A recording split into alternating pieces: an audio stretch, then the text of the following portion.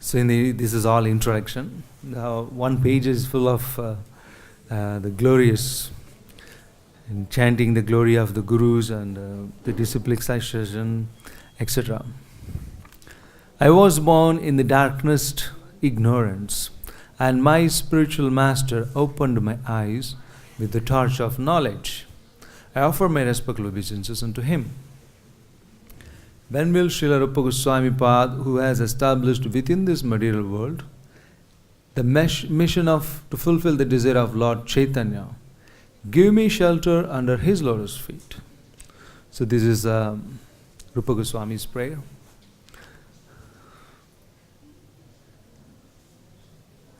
I offer my respectful obeisances unto the lotus feet of my spiritual master and to the feet of all Vaishnavas.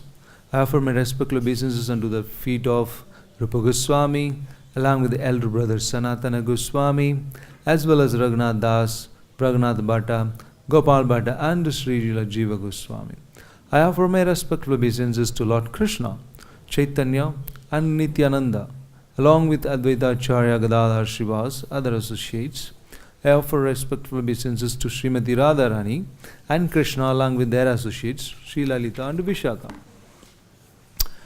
Oh, my dear Krishna, you are the friend of the distressed and the source of creation. You are the master of the gopis and the lover of Radharani. I offer my respectful obeisances unto you. I offer my respects to Radharani, whose bodily complexion is like molten gold, and who is the queen of Vrindavan. You are the daughter of King Veshabhanu, and you are very dear to Lord Krishna. I offer my respectful obeisances unto all the Vaishnava devotees of the Lord. They can fulfill the desires of everyone, just like desire trees, and they are full of compassion for the fallen souls. I offer my obeisances to Sri Krishna Chaitanya, Prabhu Nityananda, Advaita Gadadhar Srivas, and all other in the line of devotion. Okay. So here in the introduction further, Srila Prabhupada talks about the Bhagavad-Gita. The Bhagavad-Gita is also known as Gita Upanishad.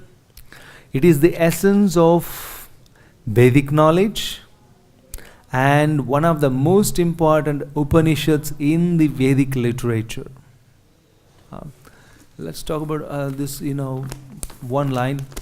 And even in the one line, there is a lot to say. People might ask a question that why is Gita more popular than Vedas or Upanishads? We see that there are a lot of scriptures around, 18 Puranas, 4 Vedas, 108 Upanishads, and so and so. And so the answer is in the Bhagavad Gita itself, because Krishna says, the Vedas sarva aham eva vedyo vedanta krit veda vidyeva chaham. From the Vedas I am to be known, because I am the compiler of the Veda.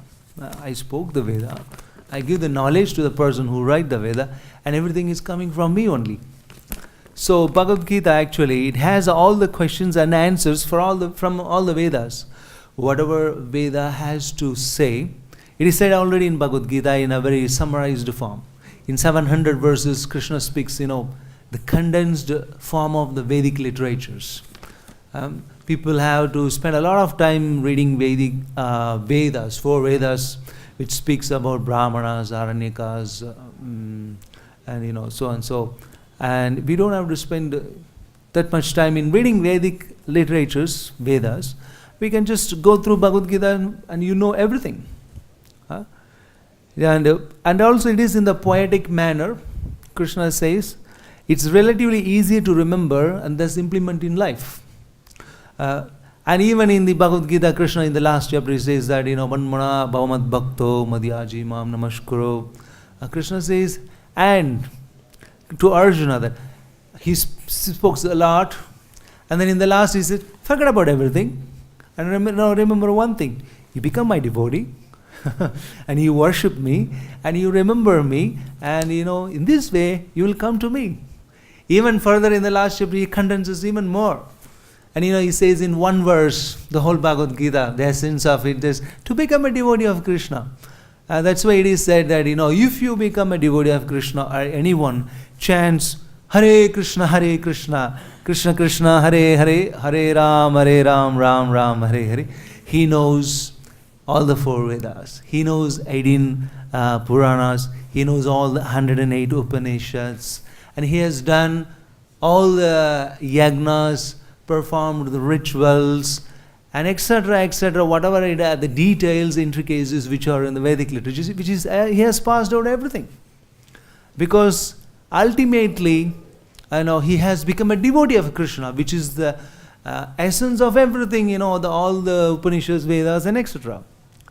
Just like in the, in the 10th canto of Srimad Bhagavatam, where the Brahmanas' wives, they become devotees of Krishna, and they are in love with Krishna, and the Brahmanas themselves, they are too much attached to identify themselves as a Brahmana in the Varnashrama.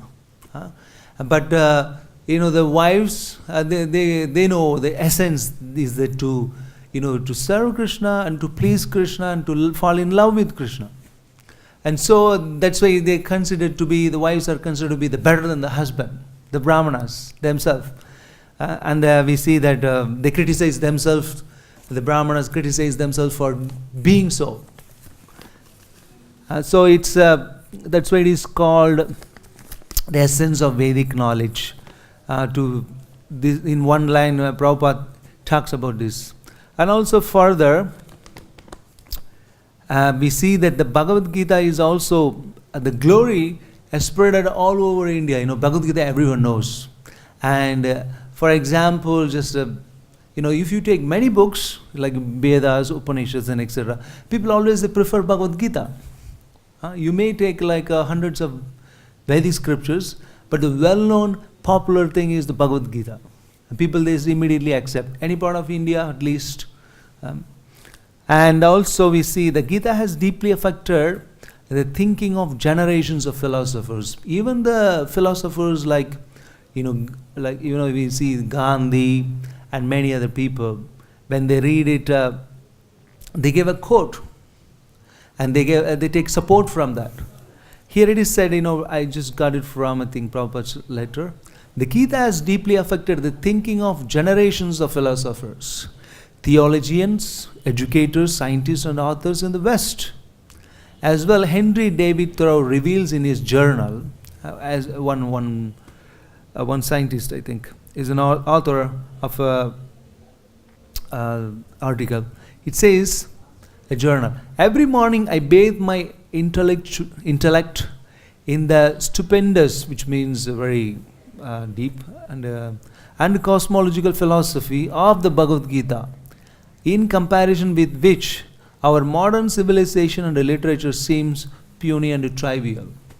When he says that every day I used to read Bhagavad-Gita and nourish my intelligence, and compared to that book, the other literatures, it looks very insignificant. Just like, even myself, I realized that, in the schools, colleges, we read so much. It's like, these big books, just like one department, chemistry. And you go there, it's like the whole library is so many books. And then, you break your head to understand things, methane, ethane, propane, bentane, all this stuff. Then you go to the physics lab, and then you go to the biology lab. It's like unlimited stuff. And finally, end up frustrated. All these things, there doesn't even any dry philosophy. It's not even philosophy. Maybe it's, you can say in one sense, but most of the things are like, speculation.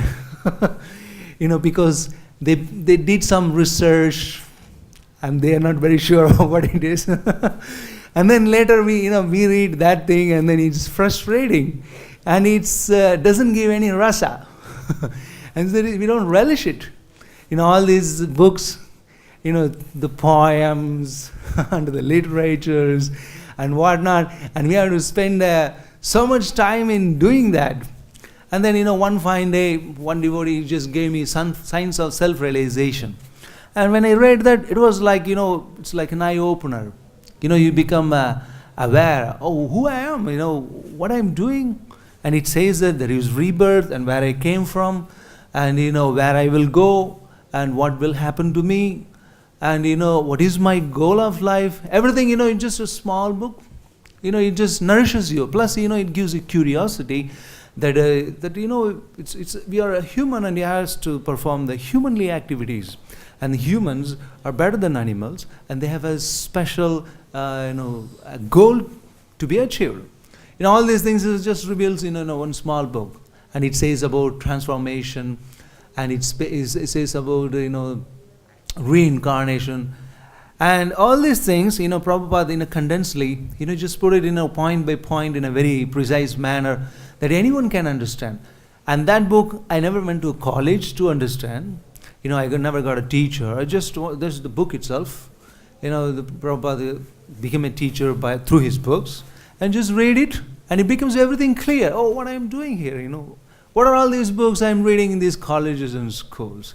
It's just a waste of time, Ultimately, the life's the goal is to be happy. I have found out like 25 years, it's like every time you have to be in anxiety, stress, you will not get a job. You're not sure whether you're going to get a job or not. And plus it's a torture, going to this lab and that lab and do this research and that research, and, write the theses and everything. Apart from it, it's just nothing but a stress, anxiety, and just, there is no peace.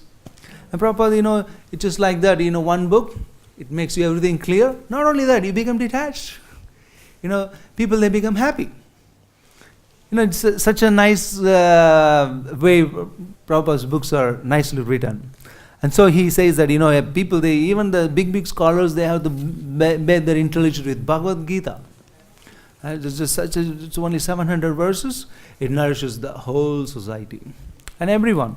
And in all communities, in all category of people, even the scientist or whatever department he belongs to.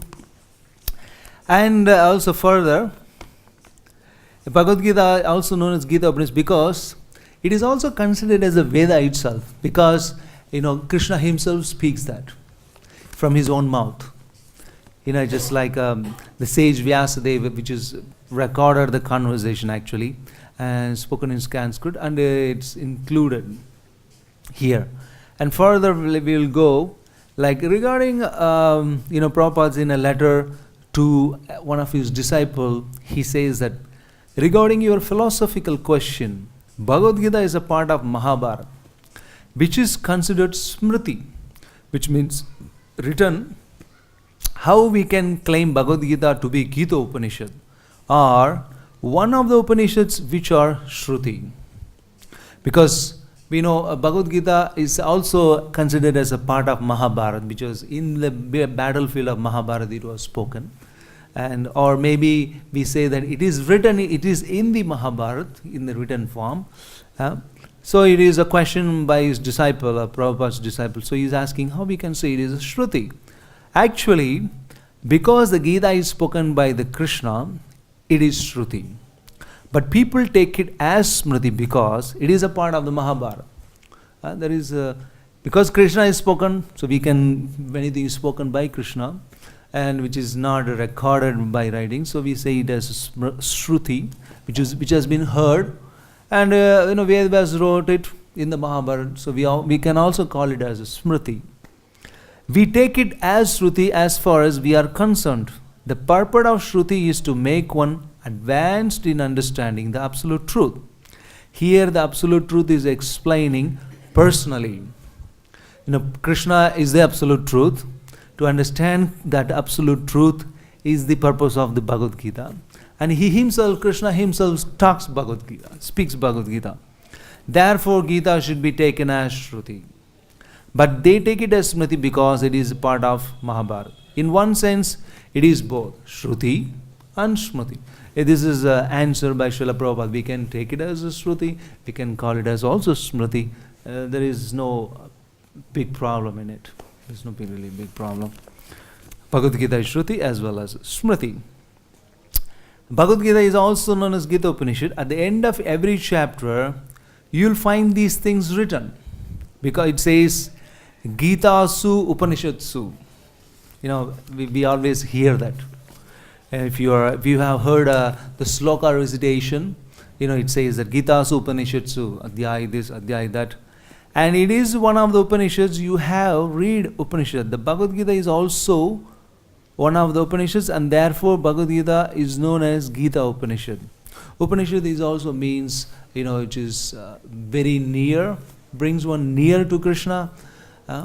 We teach Isa Upanishad because, among the many other Upanishads, like among 108, 10 or 11 are considered to be more important. And among that, Isa Upanishad it's considered to be even more important because it brings more closer to the Ishvar. It's basically a Jnana Khanda. It's philosophical, condensed philosophical literature. And these Upanishads brings closer. Upanishad means you come closer to Krishna. So these Upanishads, it makes you more understandable the personality of God as a form, as a person. He can relate with you. And others Upanishads, most of the time, it does explains about the impersonal features too. So there is a very good chance that you can misunderstand that Krishna doesn't have a form. He is impersonal. Like that, even in the Isa Upanishad says he has no legs, but he can run faster. He has no eyes, he can see. So all these things, it appears to be impersonal. So like that. And further from one more letter from Srila Prabhupada, I saw, regarding your philosophical question, Bhagavad Gita is a part of Mahabharata. Oh, I think we read it. Or next. Yeah. All right. We finished for the first line for now. And think we will go to the second line. It is the essence of Vedic knowledge and one of the most important Upanishads in Vedic literature. Okay, we are done with it. And the third line it says, of course there are many commentaries in English on the Bhagavad Gita. And one may question the necessity for another one. Maybe we can discuss this line. I'm sure in India at least there are hundreds and hundreds of Bhagavad Gita commentary. In my school days, even one of my teacher told me, I'm writing commentary on Bhagavad Gita. It's very common in India. People who are religious, especially in Indians, who are well versed with Bhagavad Gita, they are very much fond of doing that. They know Bhagavad Gita like by heart.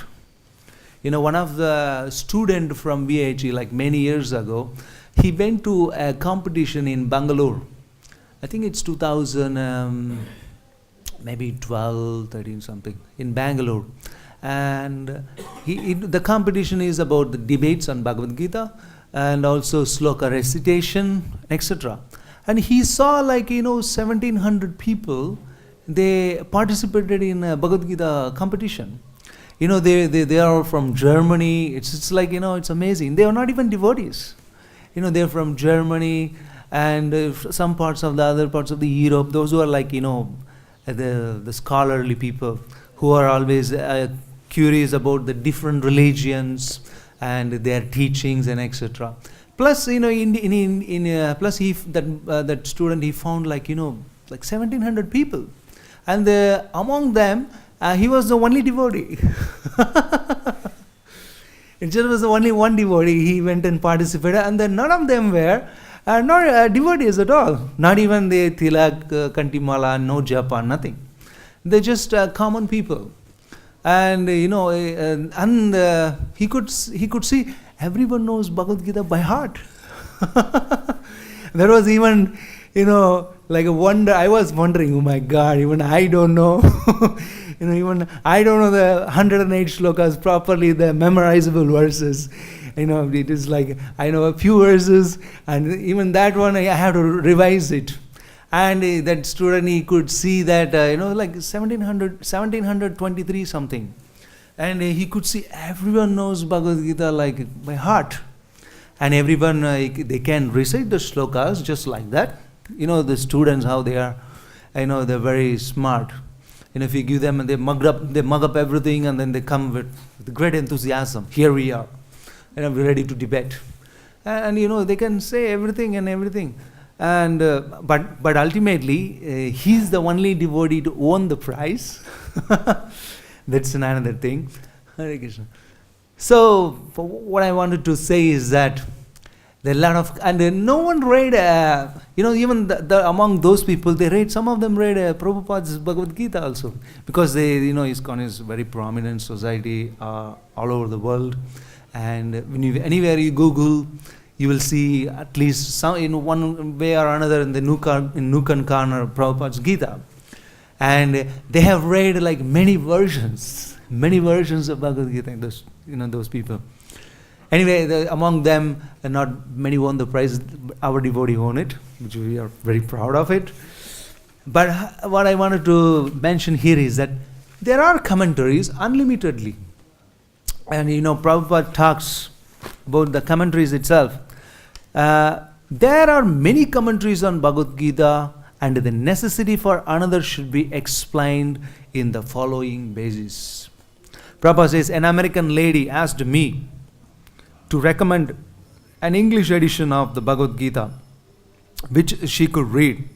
I was unable to do so in good conscience. Of course, there are many translations, but of those I have seen, not only in America, but those also in India, none can be said to be an authoritative. It is like, even when I was a kid, all the schools, they participate in chanting shlokas, and they give prize, just like previously I said. Even myself, I have read 10 verses when I was a child. Because I was only 8th schooling something.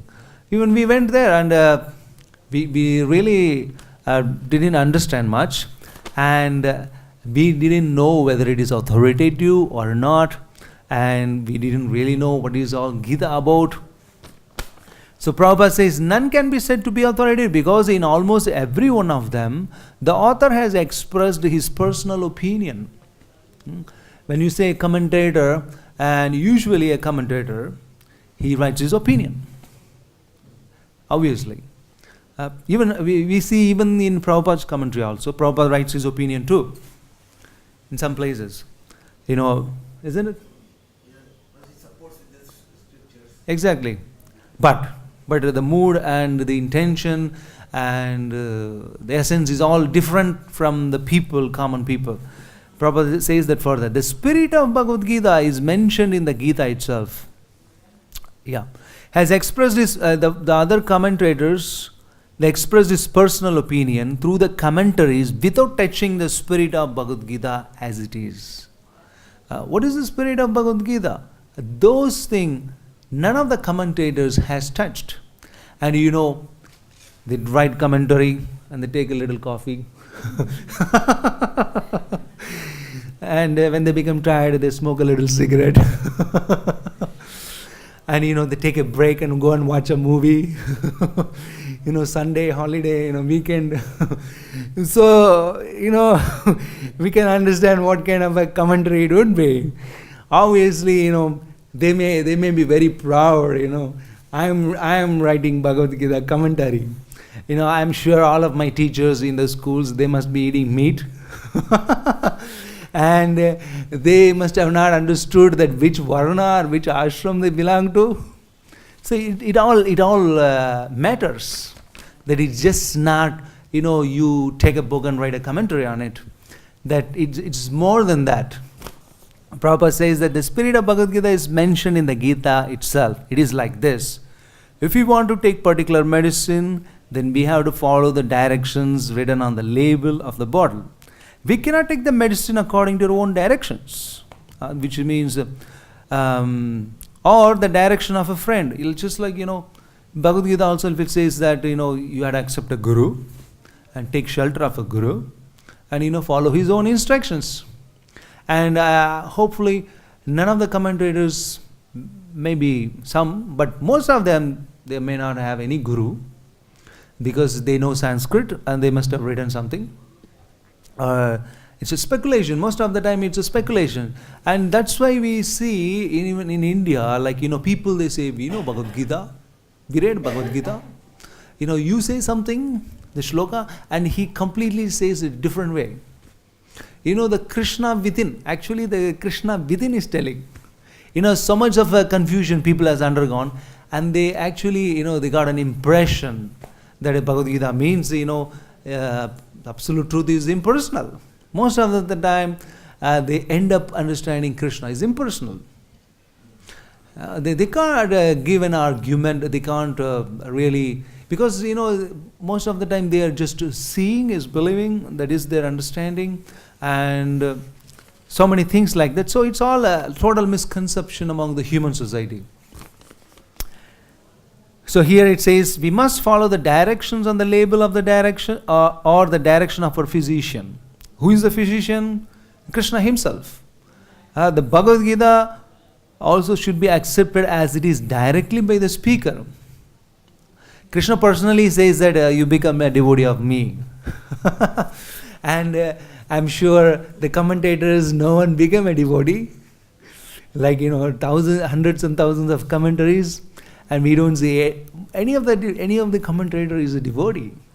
Because Krishna says that, it's the essence of Bhagavad Gita is to know me, to surrender unto me, to serve me, to remember me constantly, and plus, bhakti-yoga may be janati. I engaged in devotional service with bhakti, with love and affection. And plus, apart from that, Krishna says so many things like, he speaks about brahmacharya, and he speaks about, the varnas and ashramas, the qualities of a brahmana, and everything. He describes the whole varnashram thing in this also. And but the commentators, if they have not become a devotee, which means they have not understood Bhagavad Gita.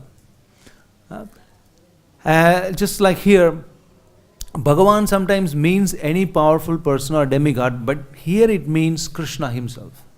So all these things, Lord Krishna and his views must be confirmed by the evidence from the other Vedic scriptures and the spiritual masters in the line of disciplic succession. If you are writing a commentary, that has to be confirmed by the other acharyas' writings, plus the Vedas, and plus other writings and scriptures. All these things are there, all the way coming from Veda Vyas, Brahma, Narada, Shiva, and Prahlad Maharaj, all to the Mahajanas. So, they are all standing there, and then this has to confirm with them. Srimad Bhagavatam, everything has to your commentary has to be supported by that. And then if it is confirmed and there is evidence of Vedic scripture, then it will be considered. And you are in a line of disciplic succession, and you have an order of your guru, and it has to be permitted by your guru. He knows that whether you are, how much devoted you are. He knows personally, and he gives instruction to you. Then you may do it. Just like Prabhupada always have, his Guru Maharaj, he instruct, you should preach. You should preach every time. And we see that every Prabhupada's commentary, it's all, corroborated with the evidence of the previous acharyas. It's nothing but, most of the Prabhupada's commentary, it's all coming from the previous acharyas. And it's always everywhere it says about, he establishes Krishna is the Supreme Personality of God, which confirms the Vedas, Puranas, Itihasas, Upanishads, and everything. So then apart from that, he himself is 100% pure devotee. Isn't it? He himself accepts as Krishna. It's not that he is having a hatred or anything like that. He devoted his whole life to it. He is qualified. Such person is qualified to write a commentary on Bhagavad-Gita. If you yourself don't follow rules and regulations, and there is a question of teaching others, unless you become a follower and you establish yourself by with some kind of a spiritual activity, and then there is, which makes sense to teach to others when you don't practice and you don't follow, and how it is going to work. And also a nice a work by Shivaram Swami. Actually, he wrote a book also. The book is about Bhakti-Vedanta purports. He actually he talks about this only. In many places, many commentators and scholars, there is objection. Srila Prabhupada, your Acharya, your Guru Maharaj, actually has written everywhere. He translated every yoga as bhakti-yoga. We see that from the very beginning, karma yoga, this yoga, that yoga. Any yoga means serving Krishna. Ultimately, Prabhupada supports that. Ultimately, which means that. Because the ultimate purpose of any yoga is Krishna. So that's why actually Prabhupada supports it, and scholars, they become bewildered. They think it's like partiality. It's a partiality from your side. So I don't have much information from that book, but I just took a little bit. And if you really wanted to know about that, it's a nice book. I think it's in the Veda base, Bhakti-Vedanta Purports by Shivaram Maharaj. It's a very good book. It speaks about it. It establishes Prabhupada's Bhagavad-Gita as the best Bhagavad-Gita, and also how his commentaries are bona fide, because he's defeating all the other scholars, and you can read through. I just read a little bit from that. The aim of this book, it's a book review by book review of the Bhakti-Vedanta Purports. The book name itself is Bhakti-Vedanta Purports. It says the aim of this book is to present and defend Srila Prabhupada's rendering of and commentary on Bhagavad-Gita. The very basic aim of that book is to defend. Always it happens. People, they attack your philosophy. People, they attack your commentary with their arguments. And there needs to be a proper Shastric reference to defeat that.